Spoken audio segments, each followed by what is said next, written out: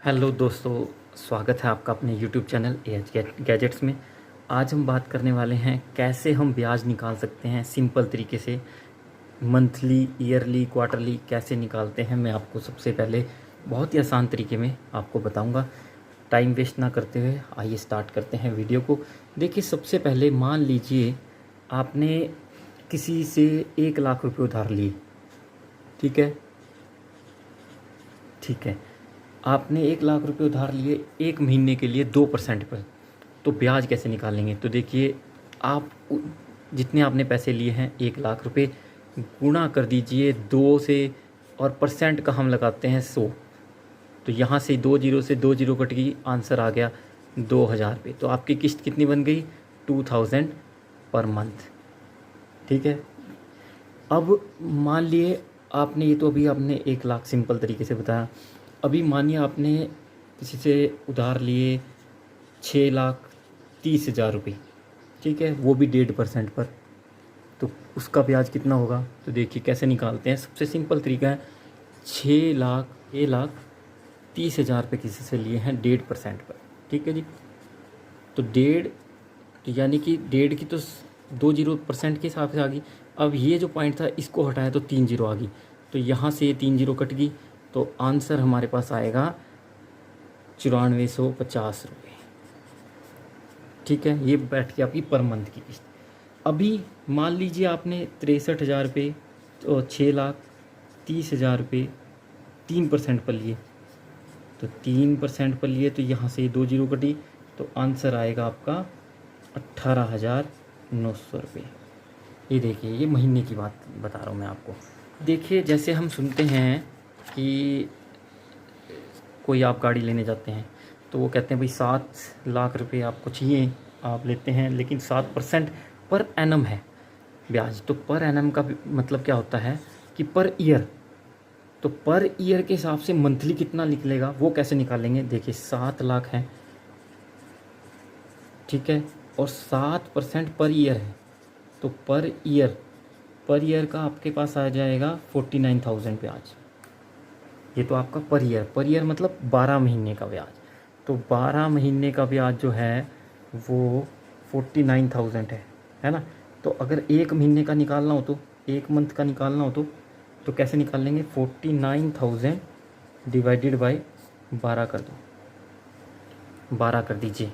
तो ये आपका यहाँ पर आपका आ जाएगा 4,083 रुपीज़ पर मंथ की किस्त आ जाएगी।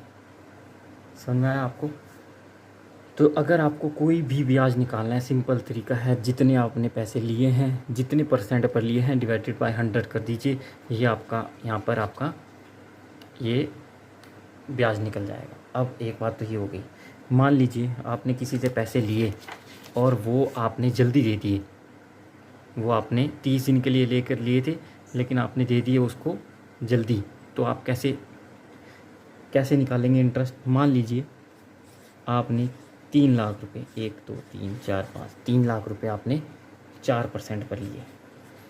ठीक है, 4% पर लिए, तो डिवाइडेड बाय 4 कर दीजिएगा। तो आपका ब्याज बैठता है 12,000 रुपये। ठीक है, तो 12,000 रुपये हो गया।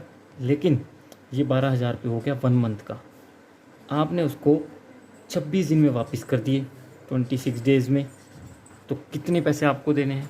तो कैसे करेंगे? हाँ, तो आपको 26 डेज़ में आपने वापस कर दिए, तो आपको तब कितने देने हैं पैसे?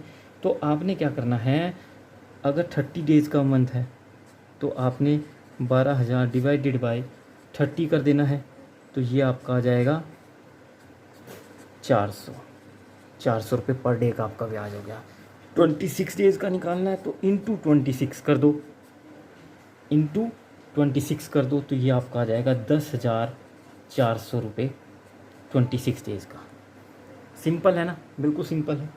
एक मैं आपको बता दूं, ऐसे ही अगर आपने मान लीजिए 16 दिन में वापस कर दिए, 16 डेज़ में अगर आपने वापस कर दिए, तो आपको 400 इंटू 16 कर देंगे, तो 16 चौके 64, 6,400 रुपीज़ आपके 16 डेज़ के बैठ जाएंगे। एक और चीज़ मैं आपको बता दूं, जैसे जो हम आम ज़िंदगी में हम फेस करते हैं।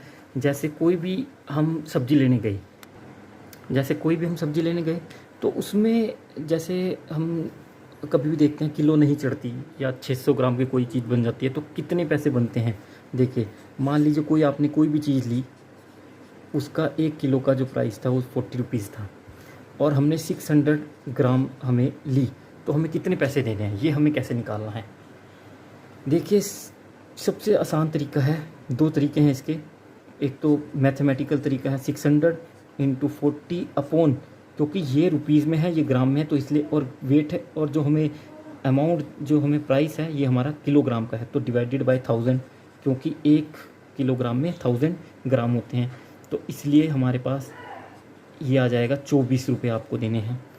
ठीक है, बता दिया। कभी भी आप कोई सब्ज़ी लेने जाते हैं, फल लेने जाते हैं तो ऐसे होता है कि 50 रुपये किलो है तो हम क्या करते हैं, 50 रुपये किलो है कोई चीज़, ठीक है, और वो 800 ग्राम बनी है तो 800 ग्राम, 2 तरीके हैं।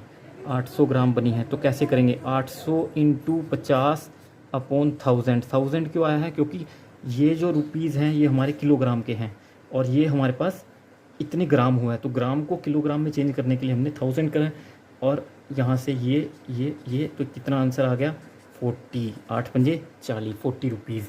ठीक है, अगर डायरेक्ट आप क्या करिए, जितना आपका ग्राम था मल्टीप्लाई बाय 5, जो भी आपका जितने रुपए किलो है, पहले वाला डिजिट और उसका पहला डिजिट, उन दोनों को मल्टीप्लाई कर दीजिए, उतने आपकी रुपीज़ हो गए। उम्मीद करता हूँ आपको मेरा समझाया हुआ समझ आया होगा। इससे रिलेटेड कोई कुछ भी चीज़ आपको पूछनी हो आप मुझे मैसेज कर सकते हैं और मेरी वीडियो को लाइक करें, शेयर करें। Thank you.